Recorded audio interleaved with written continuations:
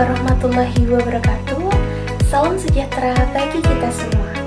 Pertama-tama, saya ingin mengucapkan terima kasih yang sebesar-besarnya kepada Bapak Dr. Hendrianto MA selaku dosen pengampu mata kuliah Ekonomi Moneter Islam dan juga sebagai dosen yang telah memberikan tugas artikel pada kami. Sebelumnya, perkenalkan saya Septi Rizkyana dari IS6C dengan NIM 22681043.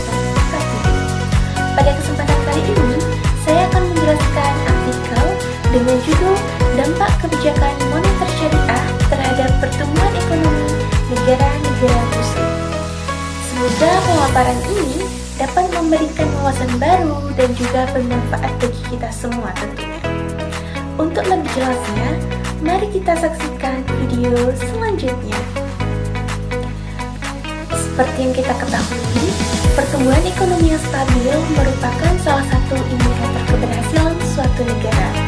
Untuk mencapainya, diperlukan kebijakan ekonomi makro yang tepat, salah satunya adalah kebijakan moneter.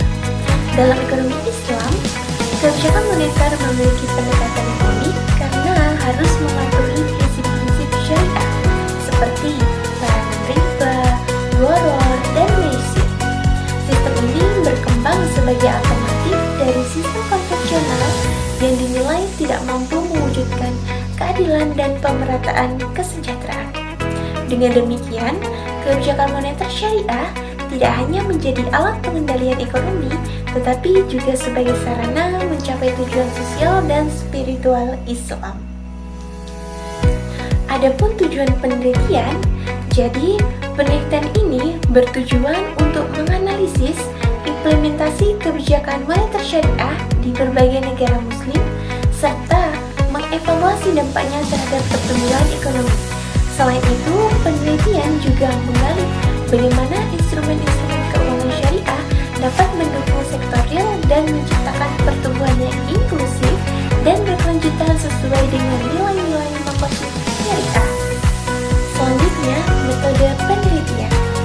Penelitian ini menggunakan pendekatan deskriptif kualitatif dengan metode studi pustaka.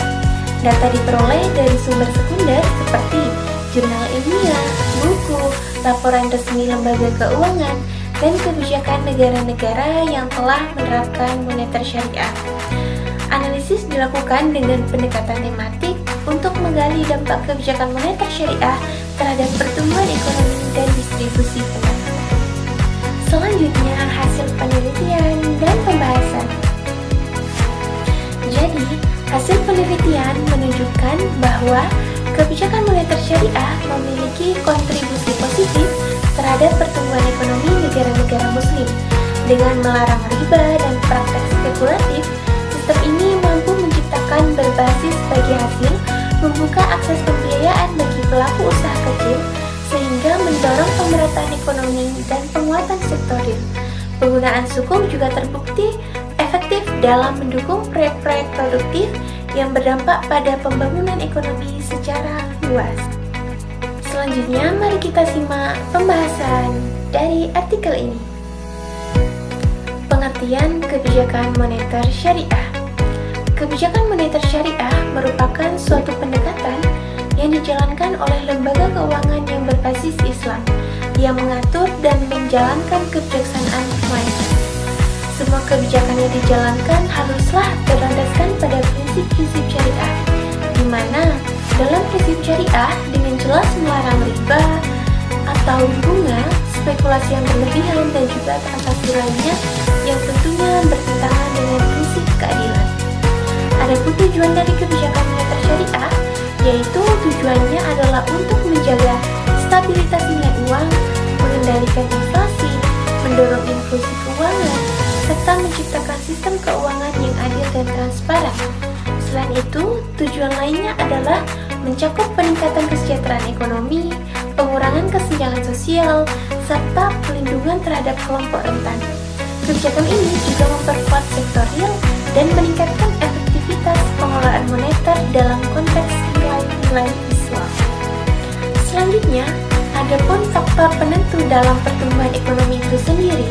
Yang pertama yaitu pertumbuhan ekonomi dalam perspektif Islam tidak hanya dilihat dari peningkatan barang dan jasanya saja, tetapi juga dari sisi moralitas dan keadilan sosial. Adapun 3 faktor utama yang mempengaruhinya, yang pertama adalah sumber daya yang dapat diinvestasikan seperti SDM, SDA, dan modal. Kedua, kewirausahaan yang tentunya dapat mendorong sektor real. Dan yang ketiga adalah serta teknologi dan juga inovasi yang menciptakan efisiensi untuk berkelanjutan. Nah, ketiganya ini harus berjalan selaras dalam koridor etika Islam. Selanjutnya, dampak kebijakan moneter syariah terhadap pertumbuhan ekonomi. Pertama, dalam hal stabilitas finansial, kebijakan ini cenderung mendorong stabilitas melalui mekanisme bagi hasil dan larangan terhadap aktivitas spekulatif. Hal ini berbeda dengan sistem konvensional yang lebih rentan terhadap krisis keuangan akibat praktik spekulatif yang berlebihan. Kedua, inklusi keuangan menjadi fokus utama dalam sistem perbankan syariah dengan menawarkan alternatif pembiayaan yang sesuai dengan prinsip syariah seperti mudharabah dan juga musyarakah. Sistem ini memperluas akses keuangan kepada kelompok yang sebelumnya tidak terlayani oleh perbankan konvensional. Jadi dengan demikian, masyarakat yang lebih luas dapat mengakses pendanaan untuk usaha produktif mereka, mendukung pertumbuhan ekonomi secara inklusif, yang secara keseluruhan, kebijakan moneter syariah ini tidak hanya mengutamakan kestabilan finansial melalui prinsip-prinsip yang mengurangi risiko spekulatif, tetapi juga mempromosikan inklusi keuangan dan pertumbuhan investasi produktif untuk kehidupan yang lebih bermanfaat.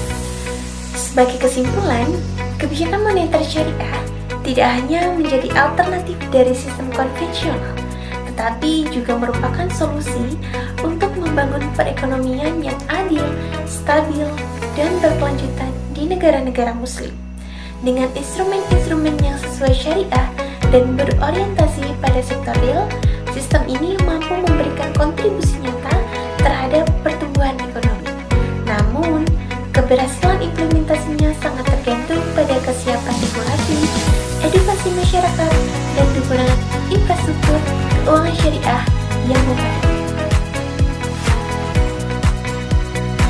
Sekian presentasi artikel dari saya, kurang lebihnya saya mohon maaf, dan semoga apa yang telah kita dengarkan bersama dapat menjadi manfaat untuk kedepannya.